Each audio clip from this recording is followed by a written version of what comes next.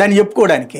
ఇప్పుడు తాగుతున్న మందు వల్ల ఏమన్నా ఏది దాంతో ఉత్తేజం వచ్చేసి దాన్ని ఏమంటారు, అందరికి కిడ్నీ సమస్యలు పోయి గుండె జబ్బులు పోయి సుఖ సంతోషాలతో ఉంటున్నాడని ఏమన్నా వీళ్ళు సర్టిఫికెట్ ఇస్తారా? ఏ తాగుడైనా తాగుడు అంటేనే చావడానికి వెళ్ళడం, కాకపోతే నవ్వుతూ చావడం కాదు, తీసుకు చావడం. మొదట్లో సంతోషంతో ఉక్కిరి బిక్కిరి, ఆ తర్వాత తీసుకు చావడం తాగుడు అంటేనే. చచ్చిన వాళ్ళందరిది పెట్టి, లేకపోతే అనారోగ్యం పాలైన వాళ్ళందరిది పెట్టి, వీళ్ళందరూ జగన్ మందు వల్లనే పెట్టారంటే అంతకుముందు చచ్చిపోయిన వాళ్ళు చంద్రబాబు టైంలో వాళ్ళందరూ చంద్రబాబు వాళ్ళు చచ్చిపోయినట్టు ఇప్పుడు చచ్చిపోతున్న వాళ్ళు చంద్రబాబు వాళ్ళు చచ్చిపోతున్నట్టే. తాగడం అలవాటు ఉంటే కిడ్నీలు పోతాయా, లేకపోతే లివర్ పోతుందా, ఏది పోతుందో తెలియదు. ఇంకోటి డిస్టిలరీలు తప్పైతే అది ప్రూవ్ చేయలేకపోయారే ఈ ఛార్జ్షీట్లో కూడా.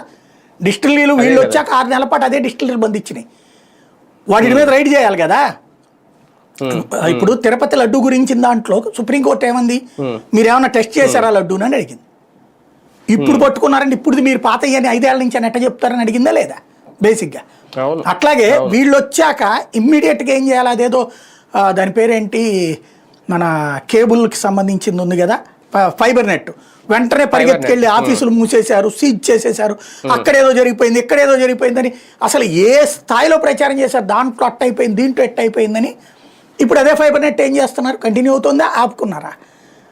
అట్లాగా ఫైబర్ నెట్లో మూసేసినట్టు ఇది కూడా మూసేసి లెక్కలు తీసుకోవచ్చు కదా. ఏది ఈ డిస్టిలరీ అన్నిటిని సీజ్ చేసి అందులో ఉన్నటువంటి మందు బాటిల్ చెక్ చేసి దాంట్లో ఆరోగ్యకరమైన మందు, అనారోగ్య